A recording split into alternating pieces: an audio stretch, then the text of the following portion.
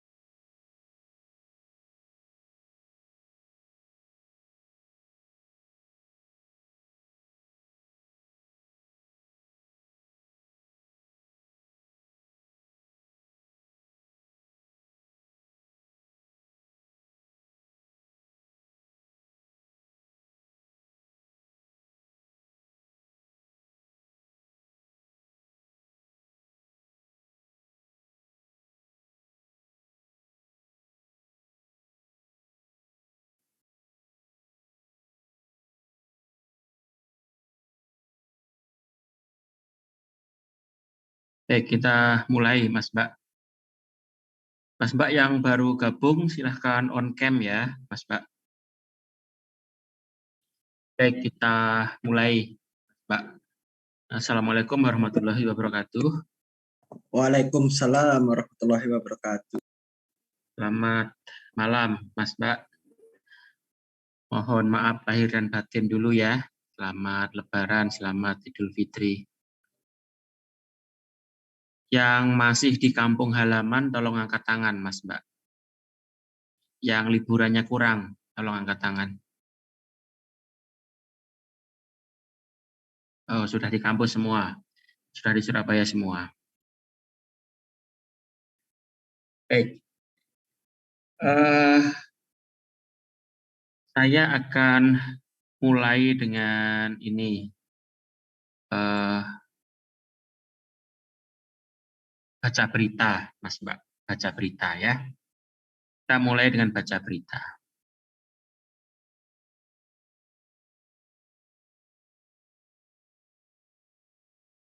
Sudah terlihat Mas Mbak? Sampun Pak. Sudah Pak. Lihat. Baik. Di pertemuan terakhir, kita itu banyak membahas terkait memilih alternatif investasi, ya kan? Memilih alternatif investasi, kemudian kita belajar beberapa kriteria ukuran yang kita gunakan untuk menilai sebuah investasi, sebuah alternatif atau rencana investasi. Nah, sekarang saya akan ajak Mas Mbak untuk kira-kira kalau Anda itu nanti belajar dengan baik di kuliah ini, Anda akan bisa apa? Ya, baik. Ini Anda saya ajak membaca sebuah berita. Ini salah satu berita ya. Berita yang lain sih banyak. Nah, ini sebuah perusahaan. Ini perusahaan ini grupnya Pak Haritanu ya, Pak Haritanu MNC. Itu salah satu perusahaan batubaranya itu menemukan cadangan batubara baru. Dan cadangan batubaranya itu jumbo ukurannya, besar sekali. Ya, besar sekali, jutaan ton lah. Besar sekali. Nah, kenapa batubara? Itu nggak penting, ini hanya salah satu contoh saja. Yang ingin saya tunjukkan adalah ini, Mas Mbak. Perhatikan ini. Ini kalau Anda tidak kuliah mata kuliah ini, maka Anda ketika membaca ini, Anda nggak ngerti. Coba kalian lihat di situ. Ada istilah NPV, break even point, IRR, ya, payback period. Ada semua kan di situ. Ya. Jadi kalau Anda nanti mulai punya uang, mulai mau investasi, menerima proposal investasi, entah nanti Anda investasi dalam saham, kemudian emas, buka usaha sendiri, memodali orang lain, patungan, atau macam-macam. Kalian akan sering kali menerima, harus membaca ukuran-ukuran investasi seperti ini, Mas Mbak. Ya, jadi misalkan ini, dia itu menemukan cadangan batubara baru besar, ya. Batubara itu untuk sampai bisa digunakan, dia itu perlu investasi, perlu alat-alat berat, perlu membangun infrastruktur, buka hutan, bikin jalan, kadang perlu bikin pelabuhan sendiri, beli truk khusus, training karyawan, cari karyawan, rekrutmen, bikin izin, bikin studi lingkungan, dan macam-macam. Ya, semua itu perlu untuk investasi. Nah, lalu pertanyaannya dari pemodal itu selalu adalah ukuran-ukuran ini. Biasanya mereka akan bicara begini, Mas Mbak. Oke lah, itu urusan teknis bilangnya. Sekarang duitnya berapa? Gitu kan? Nah, yang mereka itu ingin tahu dan biasanya itu menjadi concern utama adalah ukuran-ukuran ini. Semua investasi yang diperlukan itu, entah pelabuhan, jalan, truk, macam-macam tadi, itu kalau sudah dibangun, nanti per tahun, per periode akan menghasilkan berapa.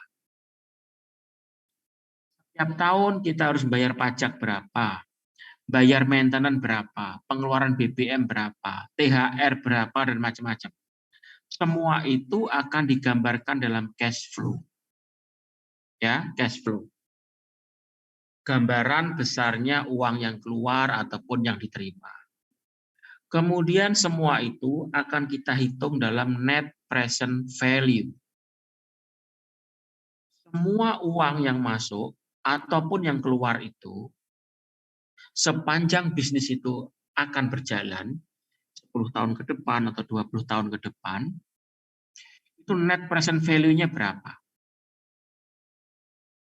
Ya, baik. Nah, saya ulangi apa yang sudah kita pelajari di pertemuan terakhir itu. Net present value itu adalah besarnya uang neto, yaitu selisih antara yang keluar dan yang masuk, tetapi uang itu dinilai atau dikonversi, diekivalensikan menjadi uang sekarang. Jadi misalkan menerima 500 M 10 tahun yang akan datang. Akan mengeluarkan 10 M 5 tahun yang akan datang. Itu semua perlu diekivalensikan ke uang sekarang. Itulah net present value. Karena kita akan sulit membayangkan nilai uang 10 M 10 tahun yang lalu, 10 tahun yang akan datang, itu rasanya seperti apa uang itu? Dapat dibelikan apa? Kalau dibelikan truk batu bara, dapat truk berapa? Itu sulit bayangkan. Ya, makanya dikonversikan pada satu titik yang sama, yaitu titik sekarang, titik waktu sekarang. Itulah net present value. Kemudian IRR. IRR adalah konversi dari pengeluaran dan pemasukan itu, tapi kita ubah dalam bentuk persen. Ya, kita ubah persen. Nah, Mas Mbak, misalkan kalian fokus pada angka ini. Ya. IRR-nya 56%. 56,5%. 56,5%. Ini luar biasa besar. Ya. Sekarang begini, Mas Mbak. Sekarang begini, ya. Usaha ini jika berjalan ketika batu bara itu berhasil dieksploitasi, dieksplorasi, kemudian dijual gitu, perusahaan ini akan bisa menghasilkan 56,5%. Ya, artinya kalau kita punya uang, maka uang kita itu nilainya akan bertambah 56,5% kalau kita investasikan di usaha ini. Gitu ya. Nah, lalu penerapannya seperti apa?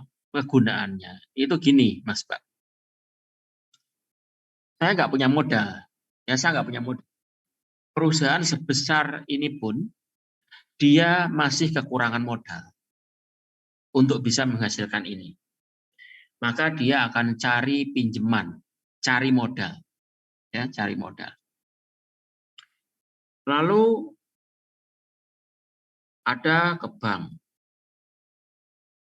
Bisa BNI, BCA, Mandiri, dan lain-lain ya. Bank-bank ini kemudian menawarkan sebuah modal dengan bunga 15% setahun.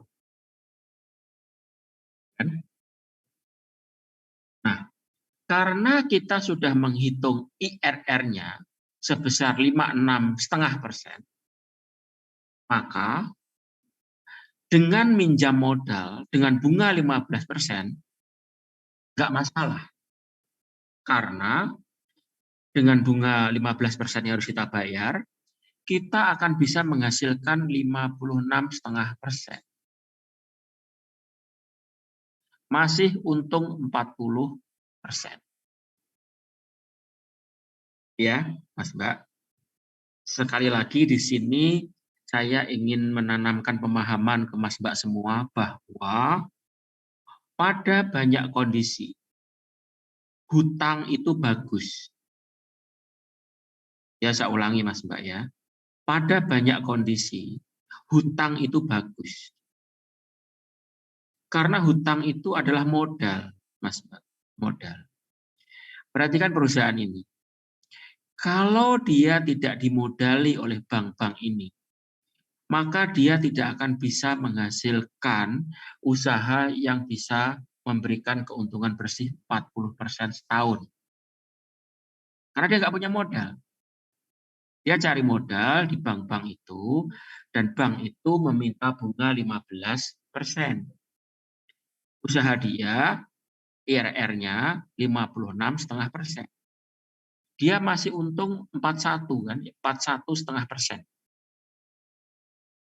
41,5% ini bisa diperoleh jika ada yang memodali.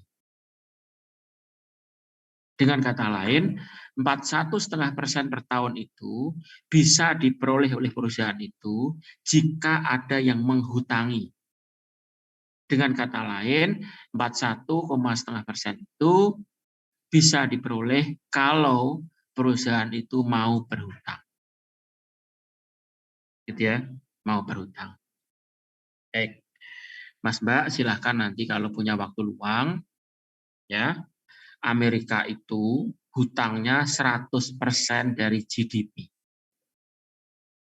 Apa itu GDP? GDP itu adalah besarnya produksi yang dihasilkan oleh suatu negara. Jadi kalau negara itu bisa menghasilkan 100 juta, hutang dia itu 100 juta. Itulah Amerika. Ya, Amerika itu hutangnya 100% dari GDP-nya. Jepang 200% dari GDP-nya. Ya, silahkan nanti kalian cari-cari lagi info lebih lengkapnya. Baik, saya lanjutkan. Kemudian ada break even point. Break even point ini di kelas saya kasih contoh waktu itu dengan usaha yang sederhana ya, Mas Mbak, usaha jualan pisang goreng. Jadi break even point itu adalah investasi modal sebesar itu akan balik modal kalau kita mampu menjual berapa unit produk. Ya, berapa unit produk. Break even point itu satuannya adalah jumlah produk. IRR satuannya persen. NPV satuannya uang. Ya. Nah, break even point di sini tertulis 5,2 juta ton. Ya, metrik ton atau ton itu sama saja. 5,2 juta ton. Artinya, kalau si perusahaan ini mampu menambang batu bara itu dan menjualnya sebanyak 5,2 juta ton, dia akan balik modal. Baru balik modal, belum untung. Ya. Nah, payback periodnya 1,87 tahun. Sangat cepat. Ya. Suatu usaha 2 tahun sudah balik modal, ini cepat sekali. Ini ya. Kalau jualan kecil-kecilan sih kadang bisa cepat ya, tapi kalau untuk sebuah perusahaan harus mendirikan pabrik dan macam-macam, 2 tahun balik modal itu luar biasa cepat. Ya, Mas Mbak. Jadi ini ya, Mas Mbak. Kalau ditanya teman-teman misalkan, apa untungnya ngambil kuliah ekonomi teknik ini? Jawab aja, saya kalau baca koran-koran investasi, saya ngerti beritanya. Ya paling enggak gitulah, kalian akan ngerti beritanya, ceritanya. Silahkan kalau ada komentar atau pertanyaan, Mas Mbak, sampai di sini. Ini untuk apa ya, sekaligus mereview lah.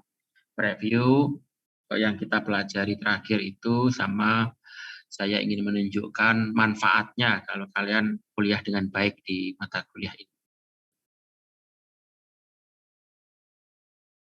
Permisi Pak, saya izin bertanya Pak. Silakan Mas Edgar. Iya Pak, berarti kalau semisalnya MNC ini masuk IPO, menurut Bapak apakah perusahaan ini layak untuk untuk dibeli Pak Lot? Telat Mas, telat pertanyaannya.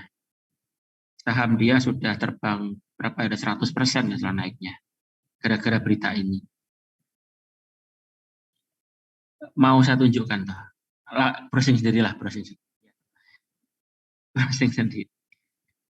Baik, Pak. Jadi sahamnya itu sudah naik berapa, 100% lebih berapa ya? Hampir 200% ya nilai sahamnya itu sudah naik gara-gara berita ini. Nah misalkan nih kalau kalian investasi punya di saham atau yang lain ya, atau menerima proposal, kemudian ada saudara atau yang lain punya ide investasi, kemudian menyodorkan minta dimodali gitu ya, maka kalian akan bisa memutuskan dengan lebih baik kalau kalian paham kriteria-kriteria investasi ini ya.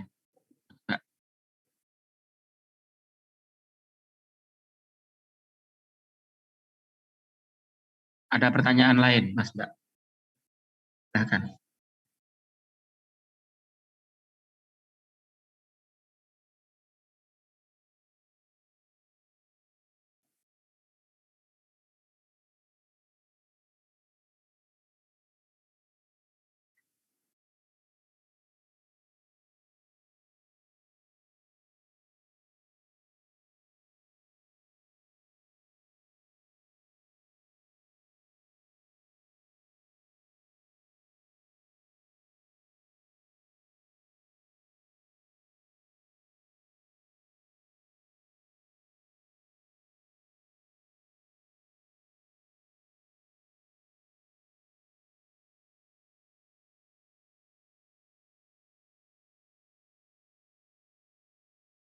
Halo Mas Edgar. Iya, Pak. Iya, Pak. Kelihatan ini Mas. Oh, sangat kelihatan, Pak. Nyesel, Pak. Nah, berapa naiknya sih ini? Tuh, 350% ya naik. 350%.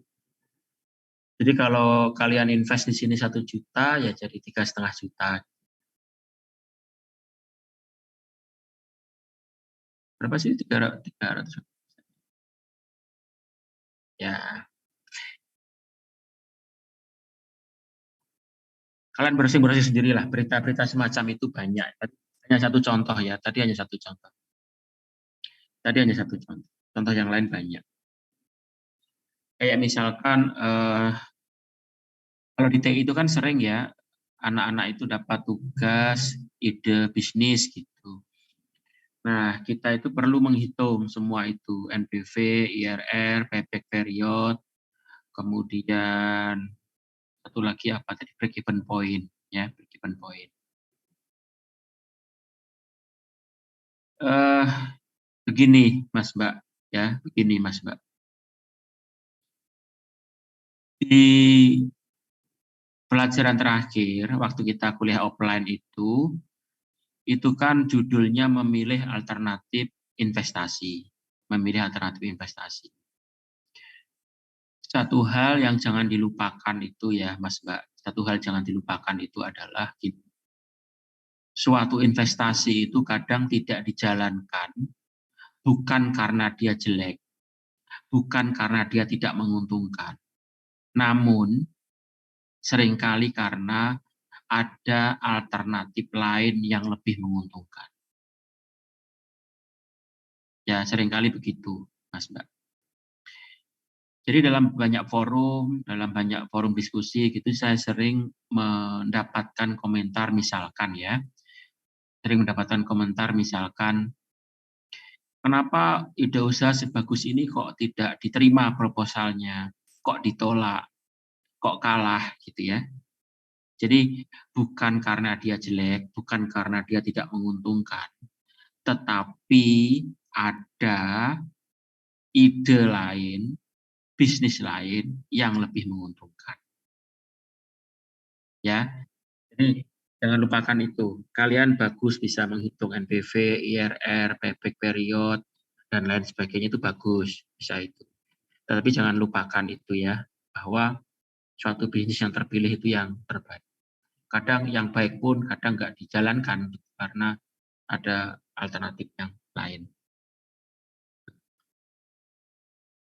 Baik, silahkan kalau ada komentar yang lain.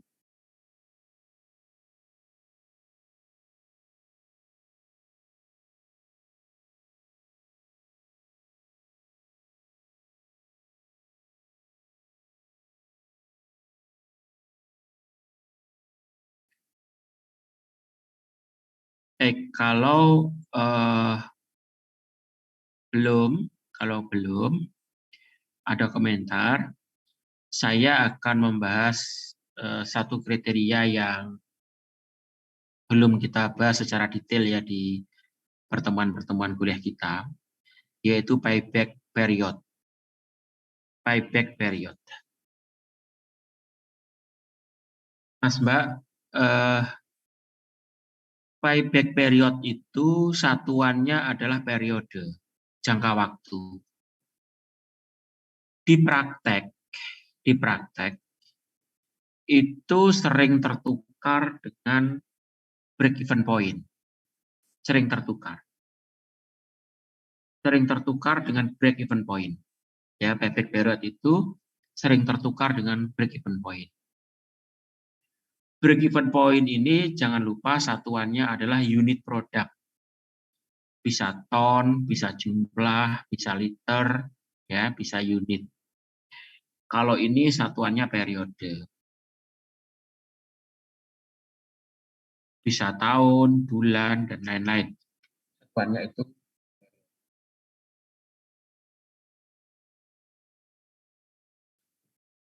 Baik, coba saya pengen nanya ini sense-nya. Selamat malam Mbak Nur Aziza F.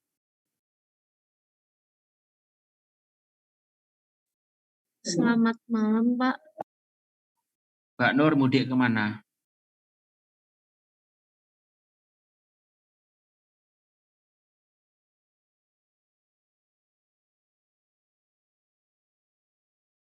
Mohon maaf, Pak, boleh diulang? Tadi agak ngelag. Mbak Nur mudik kemana? Saya ke Bogor, Pak. Bogor. Baik. Mbak Nur, kalau saya bangun jalan tol Bogor Jakarta, Iya, Pak. kira-kira perusahaan itu akan balik modal berapa tahun? Tergantung panjang tol yang dibuat, Pak. Kira-kira berapa kalau Bogor Jakarta? Bogor Jakarta, saya nggak tahu dihitung dari mana ya, Pak. Tapi mungkin setahun.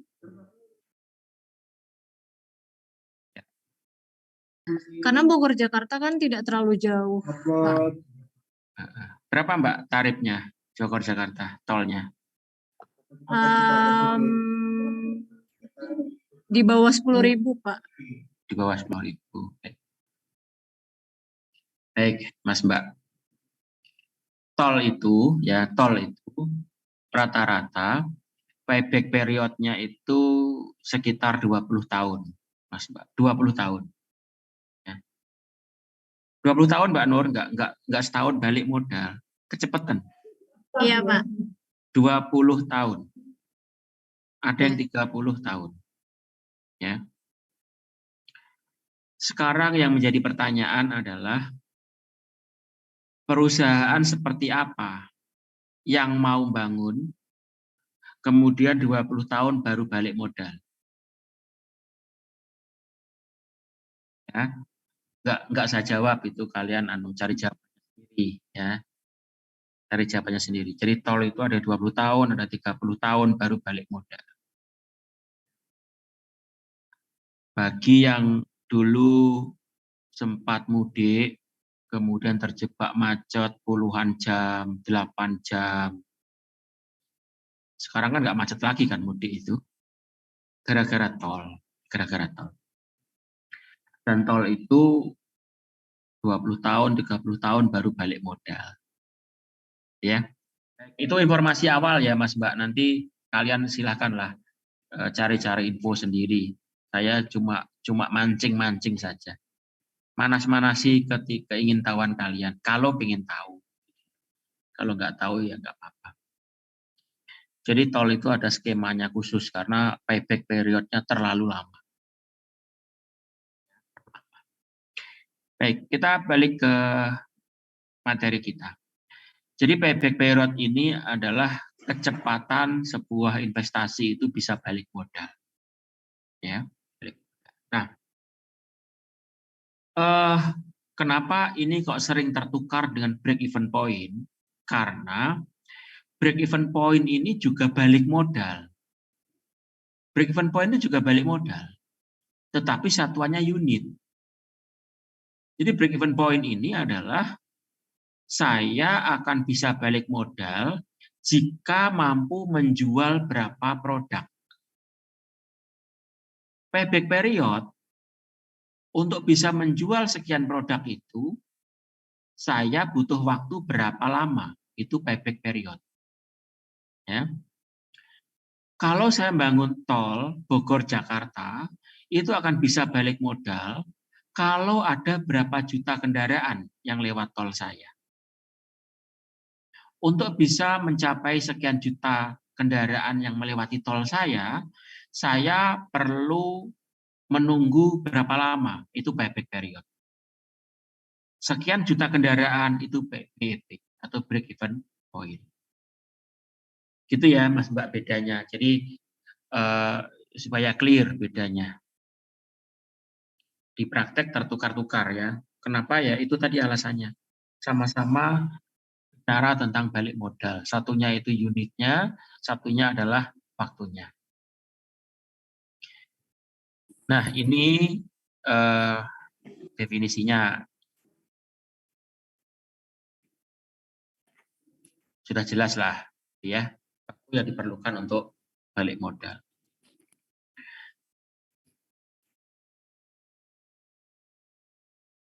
Nah,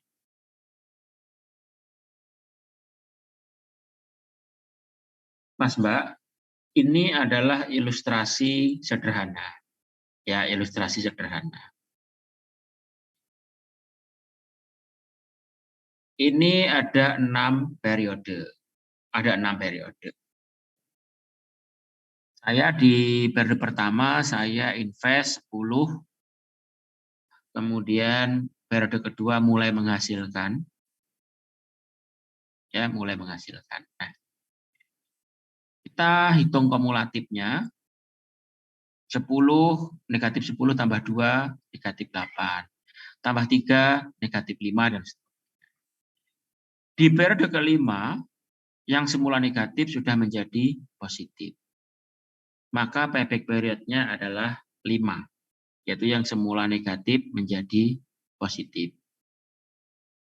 Ya, ini adalah ilustrasi sederhana. Ini belum memperhitungkan bunga, belum memperhitungkan time value of money. Jadi kalau seandainya nggak ada bunga, sederhananya begini, Mas Mbak, payback period itu. Ya, waktu yang diperlukan untuk balik modal. Nah, periode setelahnya ini tinggal untungnya terus ini. Tinggal untungnya terus.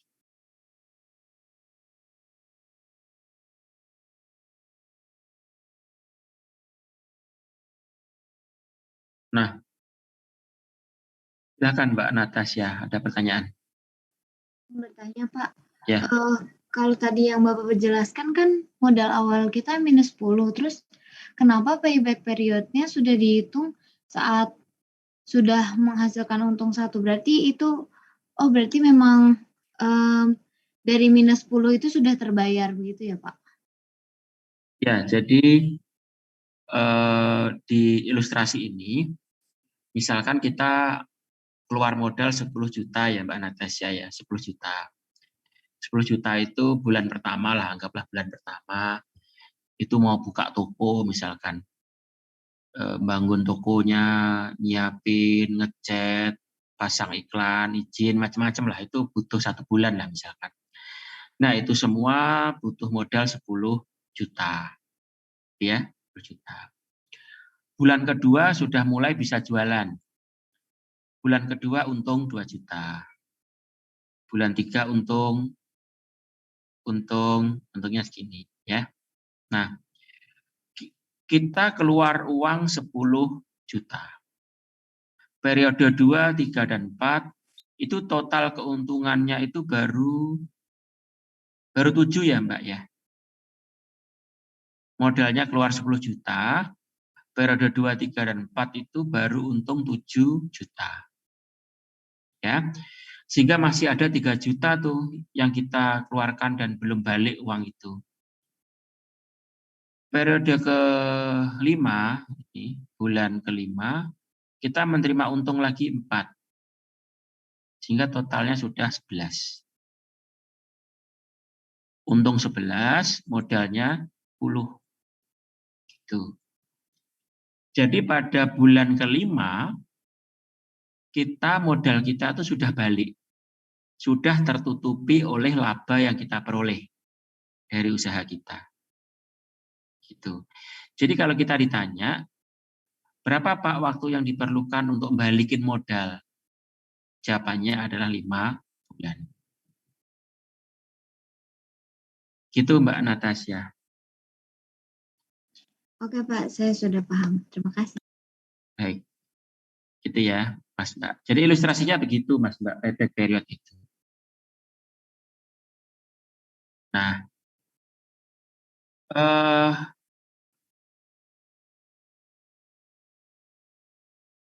industri, orang mau investasi itu gini, saya ingin ini Mas Mbak, ingin mengajak kalian berpikir gini. Payback period itu urusannya dengan resiko. Ya, urusannya dengan resiko. Artinya gini.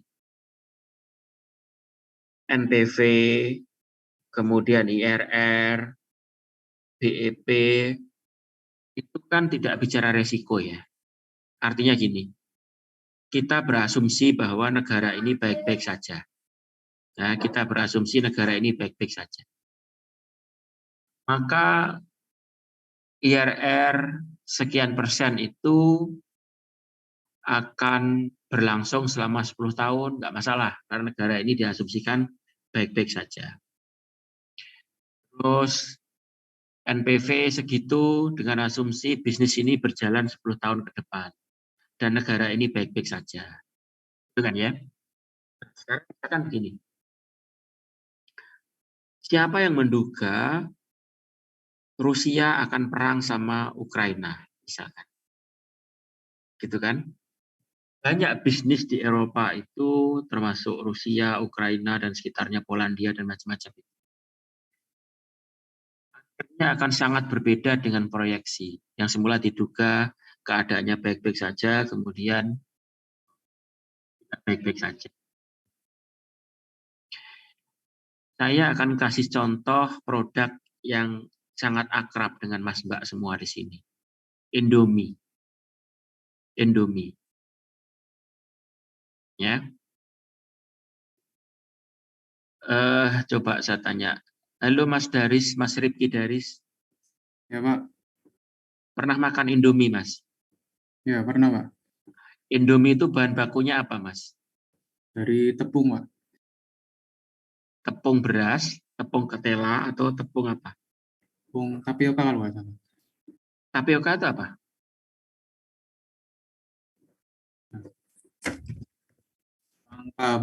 Bahan dasarnya sih Pak.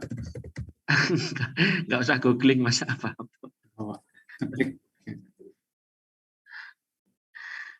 Nah, baik, nggak apa-apa. Mas Mbak, Indomie itu ternyata bahan bakunya itu dari gandum. Gandum yang tidak ada di Indonesia. Ya, tidak ada di Indonesia. Ukraina itu ternyata salah satu penghasil gandum terbesar di dunia. Dan Indomie itu dibuat dari gandum sana. Impor dari Ukraina sana. Dan sekarang dia perang. kemudian Indomie harus mencari bahan baku dari sumber yang lain dengan harga yang lebih mahal. Ya, baik. Itu ilustrasi resiko bisnis, Mas Pak. Nah, kenapa payback period ini itu dimasukkan dan menjadi penting dalam kriteria investasi? Karena dia ingin mengukur resiko. Semakin cepat, semakin baik. Tentu kita semua setuju itu.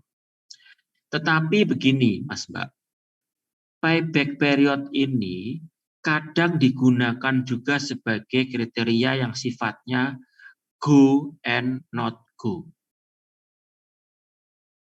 Ya, Mas Mbak, gini. Kalau kita disuruh memilih mana investasi yang lebih baik berdasarkan payback period, tentu gampang. Kita akan memilih yang payback periodnya lebih pendek. Kalau 3 tahun dan 5 tahun, tentu kita memilih yang 3 tahun. Jelas itu. Ya. Tetapi payback period itu seringkali digunakan sebagai begini, Mas Mbak. Kalau saya invest di Indonesia, maka saya akan hanya berani invest untuk ide usaha yang payback periodnya tidak lebih dari 5 tahun. Kenapa? Karena politiknya tidak stabil, misalkan begitu ya. Nanti kalau presidennya ganti, kebijakannya bisa sangat berbeda, misalkan. Maka semua ide usaha yang payback periodnya itu lebih dari 5 tahun akan kita cut. Semenguntungkan apapun, kalau payback periodnya lebih dari 5 tahun, tidak akan kita setujui.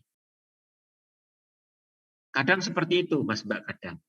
Ya, jadi tidak memilih mana yang lebih cepat, tetapi kadang bukan sebagai apa itu ya, titik untuk mengeliminir alternatif.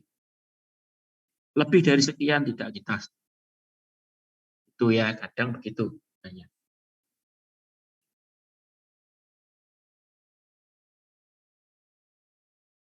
Nah, ini kelemahannya, Mas Mbak. Perhatikan slide ini hati-hati. Kelemahan dari payback period. Di slide ini, kita perlu memahami dengan baik bahwa payback period itu hanyalah satu kriteria. Dia selalu perlu dilengkapi dengan kriteria yang lain dalam menilai investasi.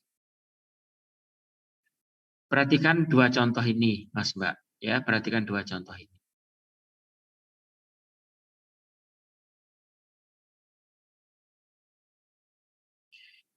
Investasi A dan B memerlukan modal yang sama. Memerlukan modal yang sama ya. $150.000. A dan B payback periodnya sama. Yaitu dalam 2 tahun dia akan balik modal. Ya. Sama.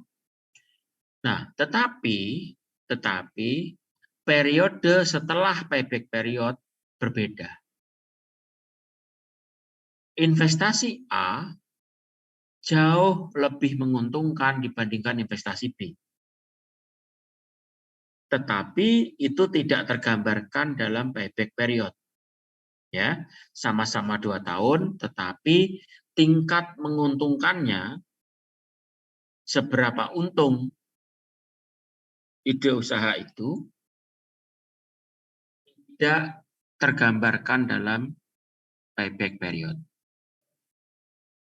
Ya, baik, slide ini menunjukkan itu, Mas Mbak. Kalau itu sudah paham ya sudah, kita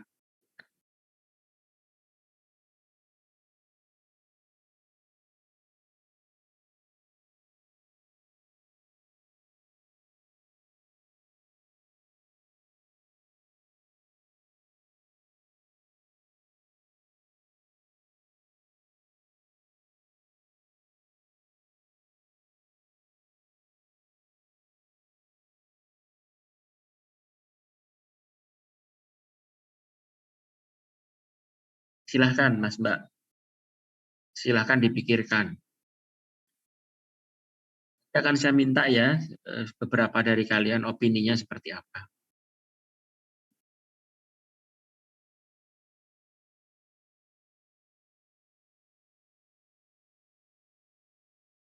Nggak usah takut salah ya Mas Mbak ya. Berpendapat bebas aja lah, salah nggak kita diskusikan nanti. Kalian pilih yang mana.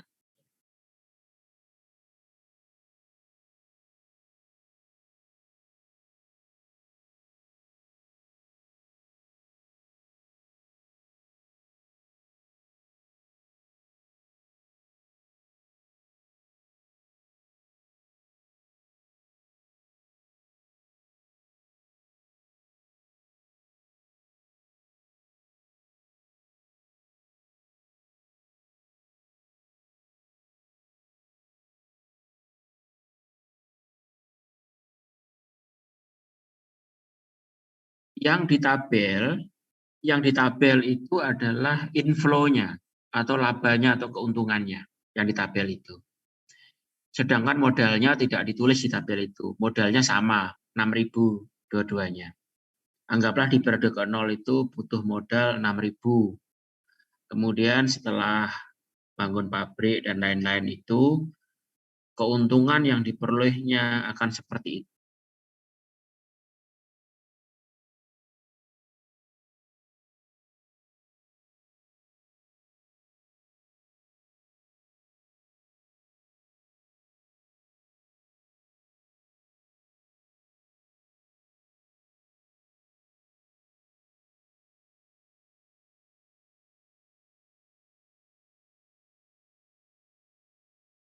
Mas Ananda Ezra. Selamat malam Mas Ezra. Selamat malam, Mbak. Silahkan Mas. Gimana, pilih yang mana? Ini persoalan yang tadi itu Pak, yang 6.000 dolar itu kan Pak ya? Yang di slide, Mas bisa melihat slide-nya? Oh iya Pak. Ya sebentar ya Pak.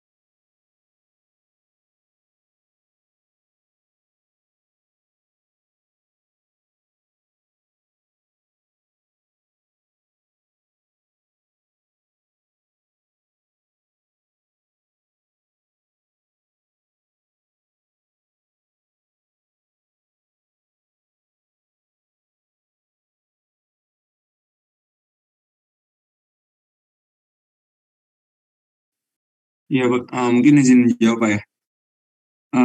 Ini menurut saya Pak, saya jujur juga masih agak kurang paham. Cuma kalau dari yang tabel ini saya milih yang nomor 1 itu Pak. Saya mungkin lihat dari NPV-nya itu sih Pak. Net present value-nya itu soalnya Pak.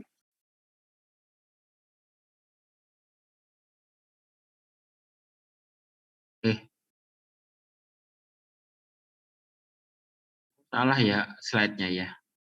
Slide-nya geser ya Mas Ezra. Iya Pak, tadi geser Pak. Tahu saya. Iya. Yang ini Mas, yang ini. Yang ini. Oh iya, kalau yang ini saya pilih yang sebelah kiri sih Pak.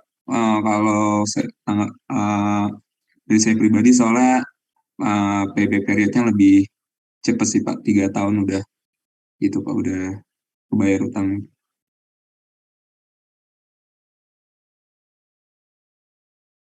Baik, pendapat yang kedua Mbak Vivi. Selamat malam Mbak Vivi. Iya Pak. Gimana Mbak Vivi? Pendapatnya? Kalau saya bakal pilih yang kedua Pak. Karena Meskipun payback periodnya lebih lama, tapi untungnya di akhirnya lebih banyak.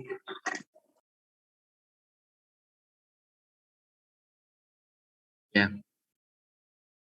Jadi jawaban Mas Esra, Mbak Vivi, dua-duanya bisa benar ya Mas Mbak ya. Tergantung situasi ya Mas Mbak. Tergantung situasi.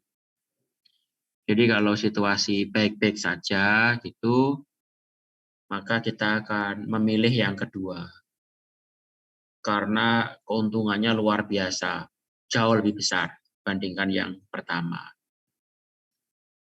Tapi kalau misalkan kita itu prediksi khawatir bahwa kondisi ini hanya akan baik-baik saja dalam 3 tahun ke depan, maka pilihan Mas Esra yang lebih tepat. Ya. Dalam 3 tahun akan balik modal. Sedangkan yang ini belum balik modal. Gimana kalau tahun keempat chaos ternyata? Misalkan begitu ya. Jadi dua-duanya bisa benar, Mas Mbak. Jadi kalau kondisi baik-baik saja, maka ya kita bisa memilih alternatif dengan payback period yang agak panjang. Sehingga kriterianya menjadi mana yang paling menguntungkan. Tetapi kalau kondisinya nggak baik-baik saja, maka ya yang pertama, meskipun kurang menguntungkan, tetapi modal kita aman. Ya, modal kita aman. Itu, Mas Mbak. Nah, baik. Perhatikan ini ya. Payback period seringkali digunakan sebagai cut off yang saya ilustrasikan tadi ya. Jadi kalau Mas Esra itu punya cut off 3 tahun, maka ya satu-satunya pilihan ya alternatif pertama gitu. Meskipun alternatif kedua itu sangat menguntungkan, tetap nggak akan dipilih.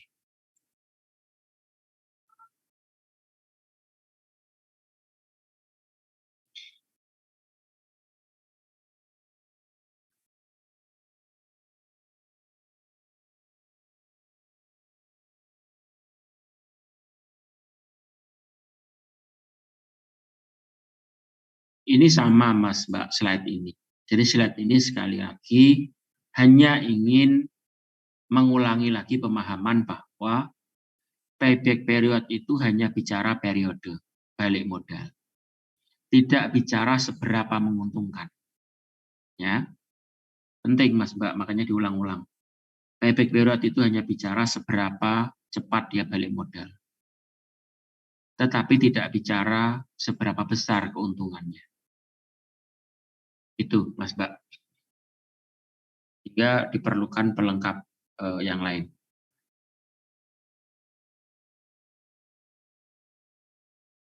Nah, Mas Mbak, yang contoh pertama tadi, yang ditanyakan oleh Mbak siapa ya? Anin, siapa tadi? Mbak siapa tadi yang nanya 10 juta tadi, Mbak? Mbak Natasha. Mbak. Tadi itu contoh sederhana yang belum memperhatikan interest atau nilai waktu dari uang. Ya. Belum memperhatikan interest atau nilai waktu dari uang. Nah,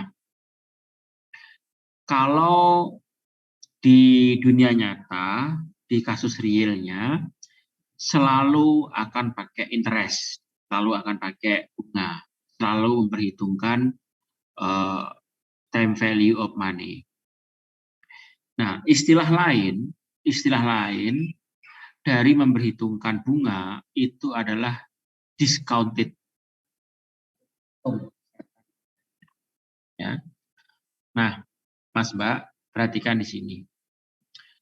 Project 1, 2, dan 3, project 1, 2, dan 3, setelah dihitung dengan memperhatikan bunganya, dengan memperhatikan bunganya, yaitu 10%, maka akan diperoleh tabel seperti ini. Dan payback periodnya ternyata lebih dari 3 tahun. Nah, Mas Mbak, sekarang coba jangan dilihat saja, sekarang buka Excel-nya masing-masing ya, Mas Mbak. Buka Excel-nya masing-masing. Kita akan hitung dari mana angka-angka ini diperoleh, ya, dari mana angka-angka ini diperoleh.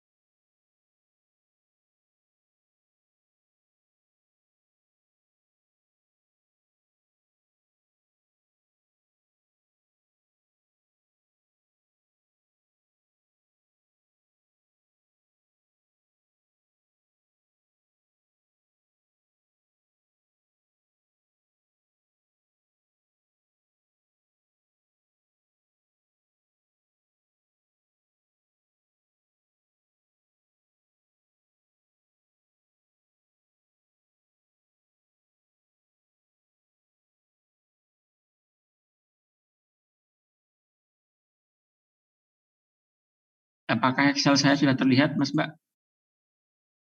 Ampun, Pak. Baik. Saya akan ngajak kalian menghitung payback period ya, menghitung payback period. Misalkan sederhana gini, kita investasi kita misalkan.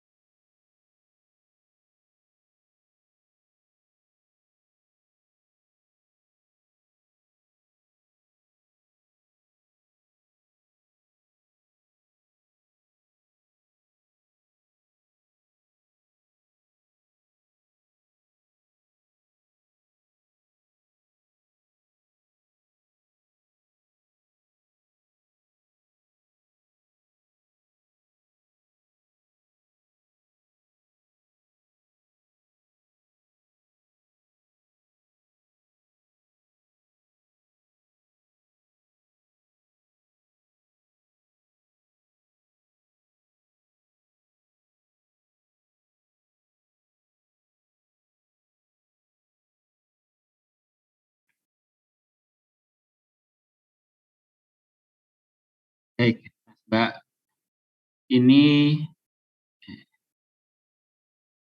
Ini adalah kita buat ilustrasi ya, saya buat ilustrasi kalau kita ide bisnis gitu. Modalnya itu 10 juta, investasi 10 juta, modalnya di awal ya. Dalam kurung ini artinya negatif atau uang yang harus kita keluarkan. Nah, lalu bagaimana kita menghitung payback period itu berapa periode atau kita harus menunggu sampai berapa periode sampai bisa balik modal. Nah, kita mulai dengan kalau kita belum memperhitungkan interest ya, Mbak, Mas, belum memperhitungkan bunganya. Nah, kalau belum memperhitungkan bunganya, sederhana begini, Mas, Mbak, caranya. Ya, kita hitung kumulatifnya. Jadi payback period itu akan dicapai ketika kumulatifnya sudah positif. Itu. Ya. Jadi kalau ini contoh ini maka 6 tahun diperlukan. Jadi keuntungan selama 6 tahun itu sudah bisa menutupi modal. Bahasa awamnya begitu, Mas, Mbak. Pendapatan laba yang kita peroleh selama 6 periode itu sudah bisa menutupi modal. Sehingga payback periodnya 6 tahun. Payback period itu kan pentingnya gini, Mas, Mbak ya, dalam percakapan sehari-hari dengan saudara gitu. Anda minta dimodali oleh bapak atau orang tua. Ya, pinjam uangnya berapa? 1 M. Buat apa? Buat usaha. Mau kamu balikin kapan? 2 tahun ya. 2 tahun itu adalah payback period, Mas, Mbak. Anda bisa menghitung 2 tahun akan balikin uang ayah Anda, itu setelah Anda hitung-hitungan sederhana seperti ini.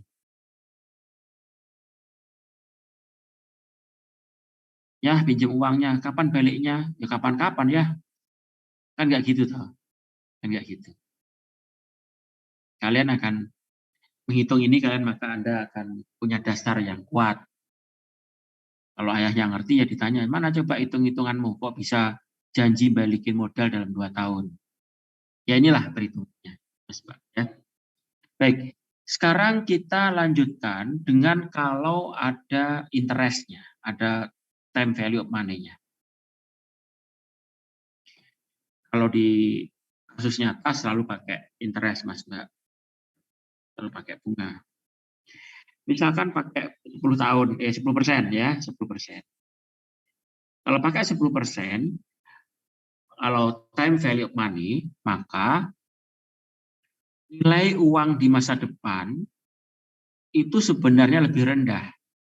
Ya, 10 juta sekarang dengan 10 juta 2 tahun lagi itu lebih berharga 10 juta sekarang. Gitu ya, prinsipnya begitu. Nah, sekarang kita ekivalensikan dulu. Uang ini itu setara dengan berapa sih dengan uang sekarang? Itu, Mas Mbak ya. Nah, caranya begini formulanya. Sama dengan uang ini dibagi dengan 1 ditambah 10%, 0,1 dipangkat periodenya.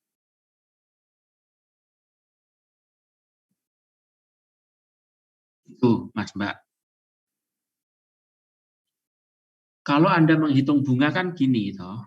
Ini kan rumus kebalikannya saja. Kalau saya punya uang 1.000, terus bunga 10%, maka dalam 1 tahun uang saya menjadi 1.000 dikalikan 1 ditambah bunga 10%. Maka akan menjadi 1.100. Kan gitu. Kalau nabung 1.000, setahun dikasih bunga 10%, maka kan hitungnya seperti ini. Sekarang dibalik. Kalau uang 1.100 itu tahun lagi, itu setara dengan berapa uang sekarang? Dibalik formulanya. 1.100 dibagi dengan 1 plus 10%, pangkat berapa periode ditabungnya. Gitu, Mas Mbak.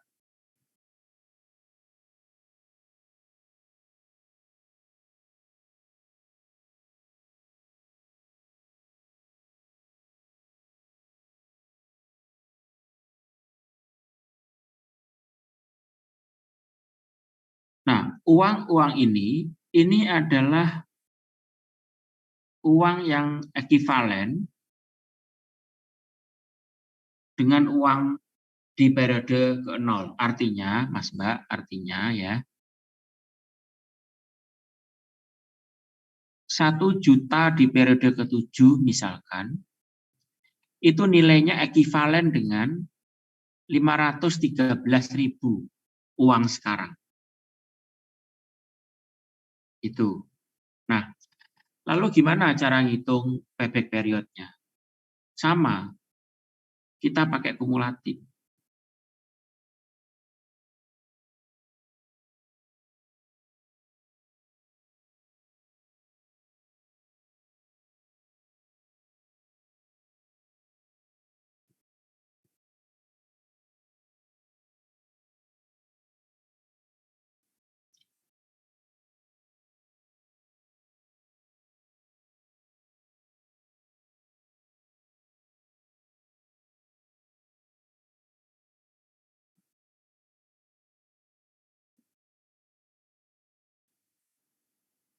Gitu, Mas Mbak.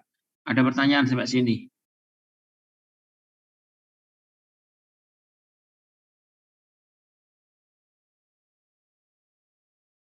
Perhatikan perubahannya.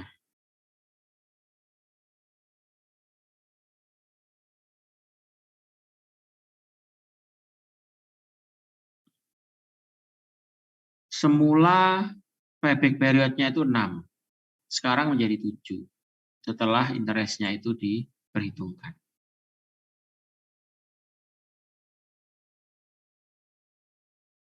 Jadi intinya semua itu kita ekivalensikan ke uang sekarang. Kemudian kita jumlah, kumulatifkan seperti biasa. Periode di mana dia menjadi positif, maka itu adalah payback periodnya.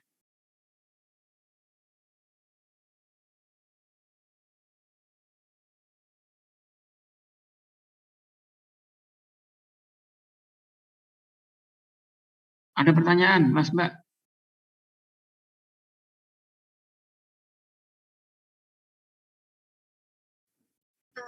Pak Dodi. Ya, Mbak, silakan, Mbak. Mohon maaf Pak, sebelumnya saya masih bingung sama yang itu yang di highlight warna biru sama yang warna oranye itu kenapa ya Pak? Maksudnya kenapa di periode yang ke-6 terus yang satunya kenapa di periode yang ke-7 itu saya masih bingung Pak. Mohon maaf. Ya. Yang saya warnai itu biru dan apa itu? Coklat ya. Dan coklat itu adalah periode pertama yang kumulatif cash flow-nya itu positif. Kumulatif ya, kumulatif. Gini deh, gini. Ceritanya gini.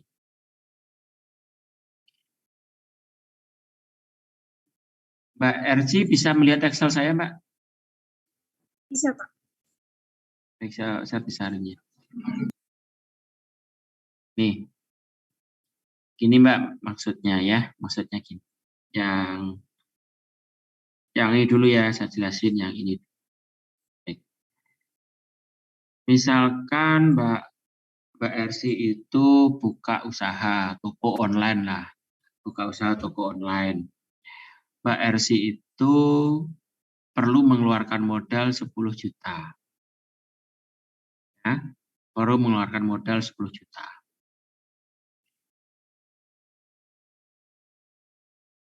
Modalnya 10 juta, maka ditulis negatif 10 juta.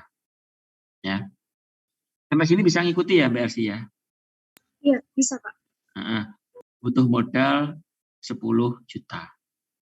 Nah, Mbak Ersi ditanya, Mbak Ersi pengen tahu, modal 10 juta ini akan kembali atau akan tertutupi dengan laba-laba yang diperoleh, keuntungan yang diperoleh di periode-periode yang akan datang, itu berapa periode, sehingga total labanya itu, total keuntungannya itu bisa menutupi modal yang dikeluarkan.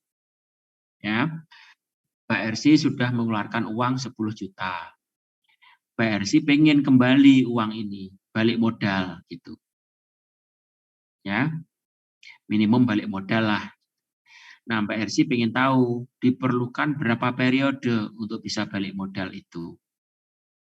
Ya, baik. Sekarang bisnis Mbak Ersi berjalan. Tahun pertama, bulan aja. Bulan pertama, Mbak Ersi itu untung 1 juta. Mbak Ersi masih rugi berapa, Mbak? 9 juta. 9 juta kan. Jadi keluar modal 10 juta, baru mendapatkan laba 1 juta. Ya. Sehingga modal yang belum kembali, di sini ditulisnya 9 juta. Yang merupakan kumulatif atau penjumlahan dari negatif 10 juta ditambah 1 juta. Bulan kedua, Mbak Ersi dapat keuntungan lagi 1,5 juta. Ya, tadi modal yang belum kembali 9 juta. Sekarang modal yang belum kembali tinggal 7,5 juta. Karena dapat untung 1,5 juta. Sehingga modal yang belum kembali tinggal 9 juta dikurangi 1,5 juta. Tinggal 7,5 juta. Paham Mbak sampai sini? Iya Pak, paham. Nah, cerita itu kita teruskan terus Mbak. Bulan ketiga sudah balik belum ya modal saya? Ternyata belum. Bulan keempat untung 2,5. Oh ternyata belum balik modal. Nah, bulan kelima Mbak Ersi dapat 2,7 juta nih untungnya. Tapi modal yang belum kembali itu 3 juta. Nah, ternyata masih kurang nih 300.000 gitu. Nah, di periode ke-6 Mbak Ersi dapat laba keuntungan 4 juta. Modal yang belum kembali 300.000. Sehingga modal belum kembali 300.000, dapat laba 4 juta. Sehingga untungnya 3.700.000.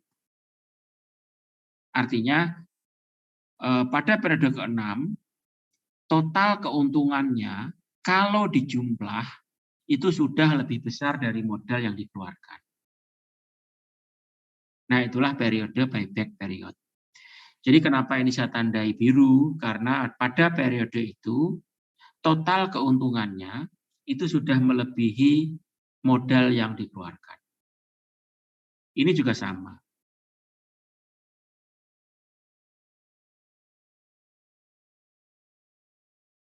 Gitu Mbak Ersi, semoga tambah bingung. Iya Pak, sudah paham. Terima kasih. Gimana Mas Dirga? Ya Pak, Sudah paham belum? cukup paham Pak. Sudah mau buka usaha apa jadinya? Belum tahu Pak kalau itu Pak. Mbak Ersi punya usaha apa? Belum, Pak. Sering belanja apa? Kayak Online ya, baju. baju. Baik begitu Mas Mbak, payback period itu idenya begitu ya. Kita pengen tahu berapa lama, berapa periode yang diperlukan untuk balikin modal. Nah, dari mana asal modal kok bisa kembali? Dari keuntungan-keuntungan yang kita peroleh karena kita investasi. Itulah kira-kira ya cara berpikirnya. Kira-kira begitu.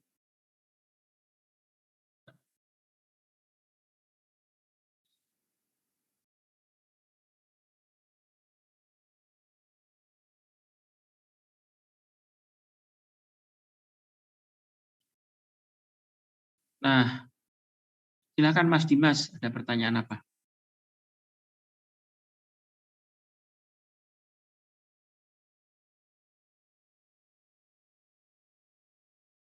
Mas, kok belum ada suaranya Mas Dimas? Terdengar.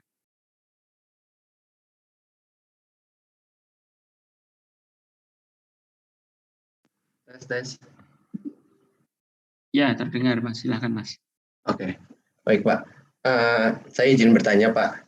Dari yang saya dengar dari penjelasan Bapak, saya melihat dari kaca sebuah investornya Pak. Kalau kita menginvestasikan ke sebuah perusahaan, mungkin yang sudah listing di bursa saham, mungkin kita tahu mendapatkan keuntungannya dari apabila perusahaan itu telah mengalami payback period. Tetapi pertanyaan saya, apabila kita menginvestasikan uang kita ke private company, itu bagaimana kita sebagai investor mendapatkan keuntungan dari perusahaan tersebut, Pak? Apakah menunggu sampai perusahaan tersebut listing ke bursa saham, atau kita dapat keuntungan dari hal lain seperti pembagian dividen? Saya nggak begitu paham mengenai pembagian dividen di private company, cuman saya ingin tahu aja sebagai investor itu kalau misalkan kita menginvestasikan dana kita ke private company itu mendapatkan keuntungan dari mana? Apabila kita melihat bahwa perusahaan ini sudah mengalami growth yang cukup signifikan dan telah mencapai payback periodnya, Pak. Itu bagaimana, Pak?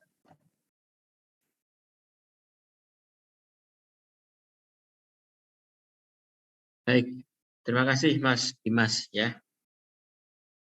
Jadi kalau saham yang sudah listing atau ada tulisannya TBK, benar kan ya Mas? Lihat kan ya, yang belakangnya ada TBK terbuka, itu artinya perusahaan publik atau siapapun boleh memodali perusahaan itu dengan cara membeli sahamnya. Kalau perusahaan itu TBK terbuka, itu dia wajib ya, saya ulangi lagi, wajib memberikan laporan keuangan dan dipublikasikan. Bahkan perusahaan itu wajib memasang iklan bahwa dia sedang mempublikasikan laporan keuangannya. Jadi semua orang bisa melihat laporan keuangannya. Ruginya di mana, untungnya di mana, gitu ya. Kalau kita sebagai investor, sebagai pemodal, maka kita akan dapat dividen. Dividen itu adalah pembagian laba perusahaan. Jadi kalau perusahaan itu untung 1 triliun, kemudian sahamnya itu ada 1 miliar saham, 1 miliar lembar saham, maka per sahamnya akan kebagian Rp1.000 per sahamnya. Gitu ya. Itu kalau semua keuntungannya dibagikan. Gitu. Perusahaan-perusahaan TBK itu tidak ada kewajiban untuk membagikan keuntungannya. Boleh dibagikan semua, boleh dibagikan sebagian, boleh tidak dibagikan. Boleh nggak dibagikan loh, Mas Mbak. Siapa yang memutuskan itu? Yang memutuskan adalah pemegang saham mayoritas, yaitu 50% lebih. Ya. BUMN seperti BNI, BRI, Mandiri, BTN, Pertamina Gas, PTBA, kemudian Semen Gresik, itu kalau untung belum tentu labanya itu dibagikan oleh ke pemegang saham semuanya. Mereka rapat gitu. Laba ini kita gunakan untuk apa ya? Oh ini aja Pak, sebaiknya kita gunakan untuk membuka anak usaha, untuk ekspansi. Nah, bisa tidak dibagikan akhirnya labanya itu. Ya. Tetapi nanti pemegang saham itu akan mendapatkan keuntungan dari nilai sahamnya yang biasanya harganya akan naik karena tahu bahwa skala bisnisnya menjadi lebih besar, labanya digunakan untuk ekspansi. Itu kalau TBK ya, Mas Mbak. Kalau private company belum TBK, bebas sesuka-sukanya Mas Dimas. Jadi Anda nanti kalau memodali itu ada perjanjiannya. Ada perjanjiannya. Nanti bagi keuntungannya bagaimana? Bagi ruginya bagaimana? Bagi hasil lah. Bagi hasil. Dengan perjanjian. Gimana perjanjiannya? Bebas. Bebas. Kita sebagai investor dijanjikan berapa. Nah, Mas Mbak silahkanlah googling ya. Cerita-cerita kejahatan, laporan keuangan palsu.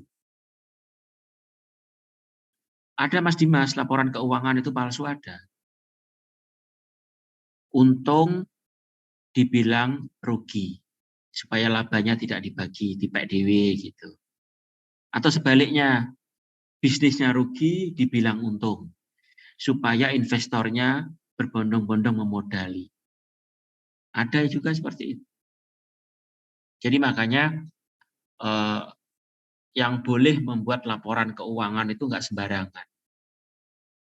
Ada badan khusus, ya, ada badan khusus. Ada badan-badan khusus yang sudah diaudit, yang sudah tersertifikasi bahwa dia itu memiliki kemampuan dan memiliki kredibilitas yang bagus ketika bikin laporan keuangan. Itu Mas Dimas, semoga terjawab ya. Terjawab. Berarti Pak, kalau misalnya di private company seperti investor yang memiliki venture capital, mereka harus mengenal ownernya langsung lalu membuat kesepakatan seperti itu ya Pak ya? Iya. Nah, kesepakatan itu hati-hati Mas Mbak. Harus terikat dalam perjanjian yang berkekuatan hukum. Jangan kesepakatan ngobrol-ngobrol di kafe, tidak ditulis, tidak ada hitam dan kertas putih, tidak ada saksi, tidak ada materai, gitu ya. Mas Mbak sedikit sharing gitu ya. Salah satu sumber putusnya pertemanan biasanya gitu. Maksudnya kalian nanti Mas Dimas dengan Mas Daris, wah ini kita punya ide usaha. Kamu modal 100 juta, saya nggak usah modal karena idenya dari saya. Nanti kalau untung gini, oke sepakat. Usaha ini untung sekali. Kan? Setelah tahu uang, tiba-tiba lupa sama teman. Loh Dimas, waktu di kafe dulu perjanjiannya kan gini. Mana tuh saya lupa, mana buktinya. Nah, macam-macam lah akhirnya. Gitu Mas Dimas. Ya. Jadi tidak hanya kenal ownernya, kenal boleh, tetapi harus kekuatan hukum, apalagi kalau uangnya besar ya Mas. Karena begini Mas Mbak, orang dikatakan baik itu kan kalau historisnya baik kan ya. Bicara data historis kan. Misal Mas Dimas ini orangnya baik, jujur, kredibel. Itu kan data historis. Ketika belum kenal uang banyak. Jadi kredibilitas Mas Dimas itu belum teruji ketika dia megang uang banyak. Megangnya ketika jadi mahasiswa itu jujur. kredibel, bisa dipercaya. Kalau utang 10.000 pasti dikembalikan tepat waktu. Kalau utangnya 10M, belum teruji. Belum teruji. Gitu Mas Dimas. Oke, baik Pak. Terima kasih Pak. Makanya Mas Mbak, di bank itu kalau kita hutang harus ada jaminan. Yaitu itu, ada jaminan. Nanti kalau orang-orangnya ini tidak membayar hutangnya, ya itulah yang disita. Silakan kalau ada pertanyaan lain lagi, Mas Mbak.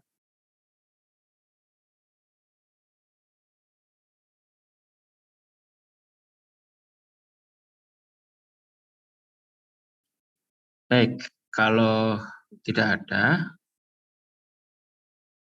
sebentar, kalian sudah paham belum sih ini? Mbak Ersi sudah paham Mbak yang ini Mbak, termasuk cara hitungnya? Sudah, itu sebenarnya sama kayak yang kiri kan ya Pak ya? Tapi apa? Cuman diubah aja itu angkanya. Apa? Yang 909.000. Hah? Itu diubah bukan Pak? Bukan. Itu uang yang sama Mbak. Cuman yang sebelah kanan ini memperhitungkan bunga. Yang di sebelah kanan ini memperhitungkan bunga. Ini pakai formula ini loh. Nah, di praktek itu yang digunakan ini yang kanan, yang kiri ini nggak digunakan ini. Ini hanya bantu menjelaskan. Yang dipakai yang kanan. Bunga selalu diperhitungkan. Nilai waktu dari uang selalu diperhitungkan. Yang kepakai yang kanan. Kalau ini cuma bantu menjelaskan saja.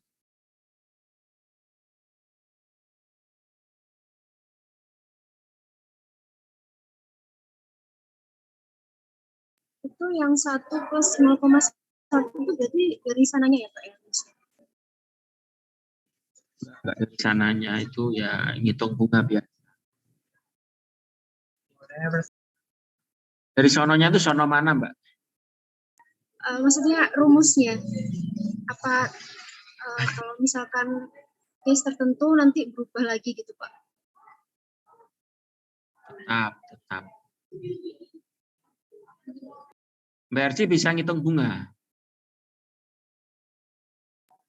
Bisa ya. Bisa. Nah itu cuma dibalik saja Mbak. Jadi kalau misalkan berapa sih ini angka di sini ya? Misalkan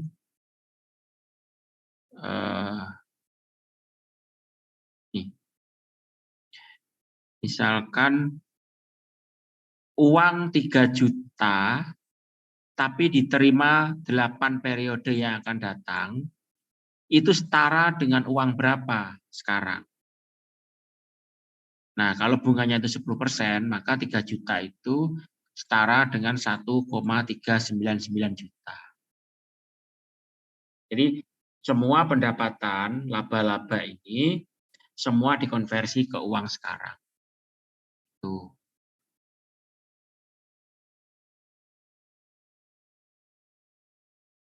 Gitu Mbak Ersi, apakah sudah paham? Iya Pak, sudah. Baik, Mas Mbak. Ini adalah payback period, ya, payback period. Harapan saya kalian paham ini ya, payback period. Saya akan satu lagi ya, NPV. Ini payback.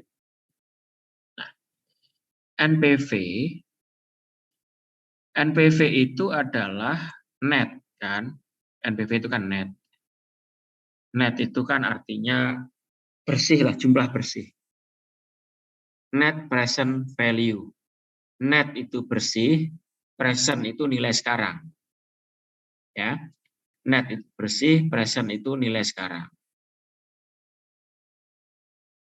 Artinya kita kalau pakai kriteria NPV itu artinya kita sedang menjumlahkan semua pemasukan dan pengeluaran itu dalam uang sekarang.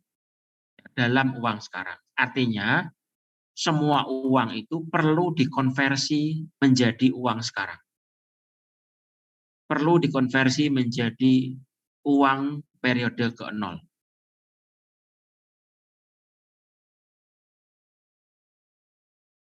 Ya, baik.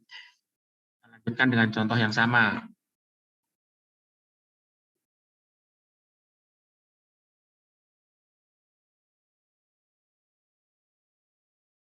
Tapi saya curiga nih, kalian nggak ngerti hitung bunga ini.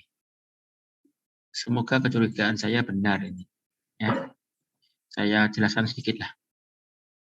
Mas Mbak, whiteboard saya sudah kelihatan ini. Sudah, Pak. Udah, Pak. Baik. Ini ya, saya ulangi tadi. Saya punya uang 1.000. Dapat bunga 10%. Kalau saya simpan 1 periode, maka uang saya menjadi 1.100. Sepakat ya ini ya, Mas Mbak? Ya, Pak. Ngerti ya? Jadi kalau saya dapat bunga 10% per periode 1, maka uang saya akan menjadi 1.100. Jadi 1 plus 10% dikalinya. Ya.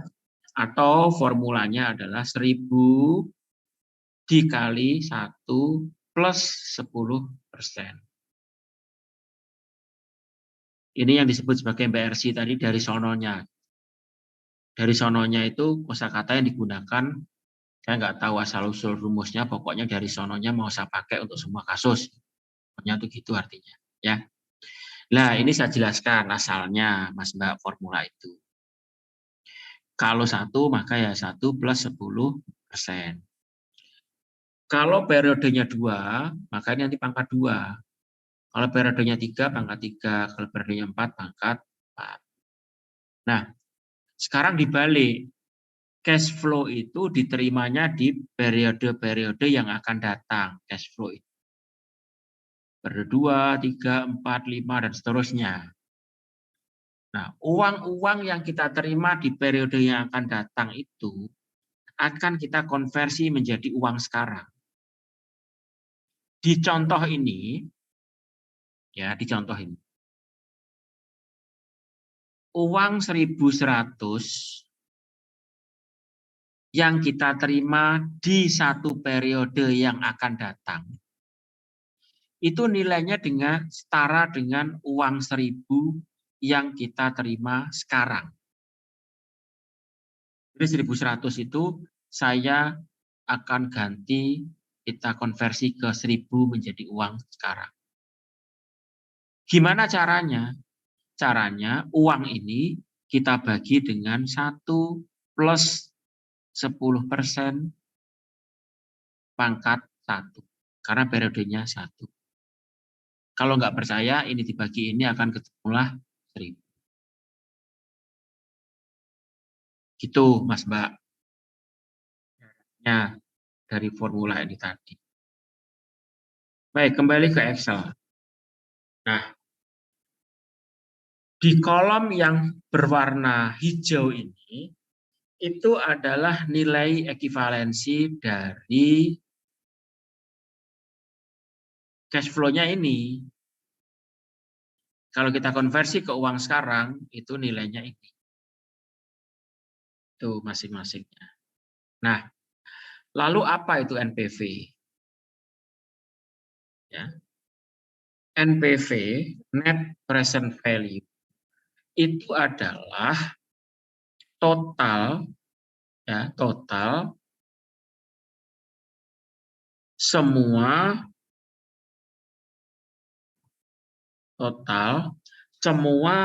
cash flow, baik inflow maupun outflow, baik pengeluaran ataupun penerimaan, itu kita jumlah semuanya, Mas Mbak, selama umur bisnisnya. Jadi misal nih, ide usaha ini akan jalan 15 periode. 15 periode saya tidak akan usaha itu lagi, toko akan saya tutup, saya akan pindah kota, misalkan gitu ya. Nah, ide usaha itu NPV-nya berapa? NPV-nya itu tinggal kita jumlah, Mas. Ya. NPV-nya tinggal kita jumlah. Jadi semua nilai cash flow yang sudah kita ekivalensikan ke periode ke-0, itu semuanya kita jumlah. Nah, kalau mau pakai formula Excel, itu juga ada. Itu. Tinggal NPV, rate itu adalah persentase bunganya, tinggal masukkan cash flow-nya. Gitu ya. Nanti ada tutorial khusus, Mas Mbak, untuk pakai Excel ini. Nah, sekarang pemahamannya dulu. Nah, tinggal kita jumlah, karena ini tadi sudah kita ekivalensikan kan, maka tinggal kita jumlah.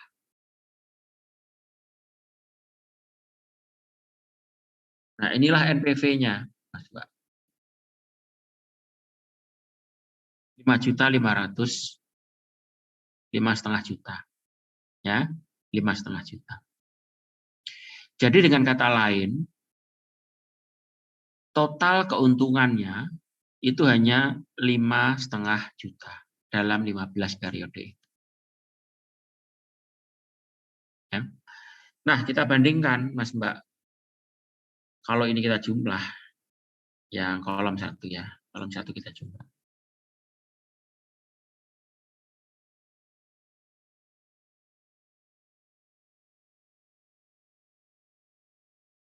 G6 sampai G21.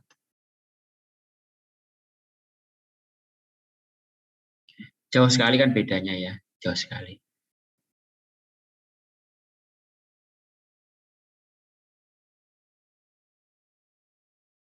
Ini tadi saya random, jadi angkanya berubah-berubah ya, saya bikin tetap dulu deh.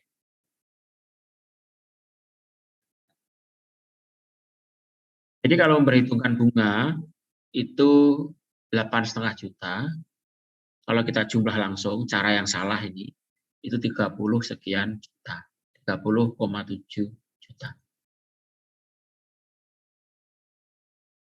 Kita NPV, Mas Mbak. NPV. Net Present Value. Kenapa dibilang net? Karena pengeluaran dan pemasukan sudah dijumlah. Maka netnya berapa? Kenapa disebut present? Karena semua uang yang kita jumlah itu semua dikonversikan menjadi uang pada periode sekarang dengan memperhitungkan interestnya. Itu, Mas Mbak, pemahamannya. Silahkan kalau ada pertanyaan. 2 kriteria dulu itu hari ini, Mas Mbak. NPV sama PP.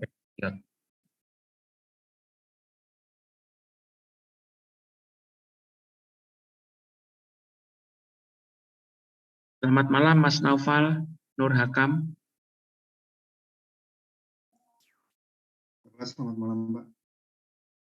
Gimana, Mas? Apakah ada pertanyaan, Mas? Atau ada komentar, atau ada apa? Silakan. Kalau dari saya belum ada sih, Pak. Bisa dipahami ya, Mas ya? Bisa idenya paling tidak paham. Soal hitungannya semoga paham. Kalau belum paham, memang kalau hitung-hitungan itu harus mencoba ya.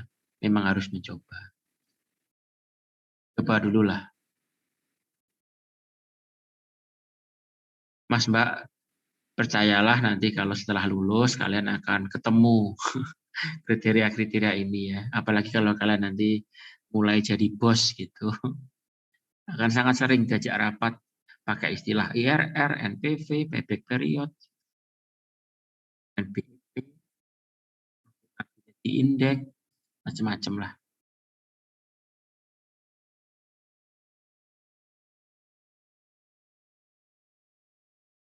Bentar. Saya bikin presensinya dulu. Kalian belum absen kan ya?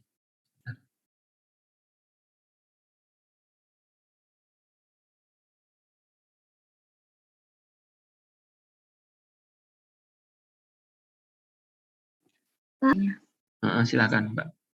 kalau misalnya bunga itu berubah-berubah sepanjang periode usaha kita, berarti kita tetap pakai sistem ekuivalensi yang sesuai sama tipe bunganya itu ya? Iya, tadi kan ya Mbak Natasha, dari periode 1 sampai 15 itu kan bunganya tetap terus ya 10% ya. Jadi kalau Iya, Pak. ganti misalkan periode 1 sampai 5 10%, kemudian 6 sampai 10 7%, itu ya disesuaikan aja Mbak, diganti formulanya berarti. Baik Pak, terima kasih.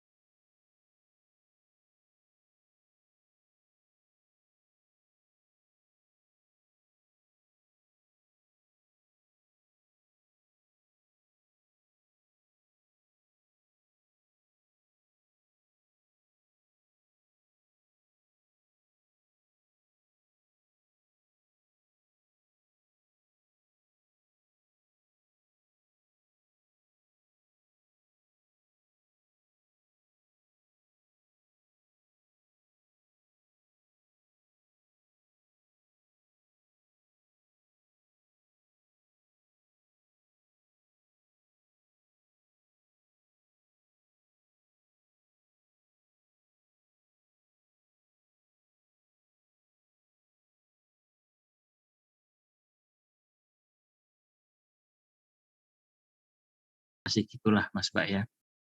Dikurangi baca-baca gosip-gosip, itu dikurangi lah baca-baca gosip, apalagi gosip-gosip artis gitu.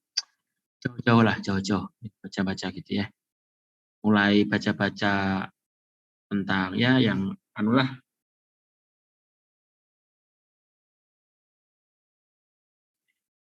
Baik Mas Mbak, kita cukupkan ya kuliah kita hari ini.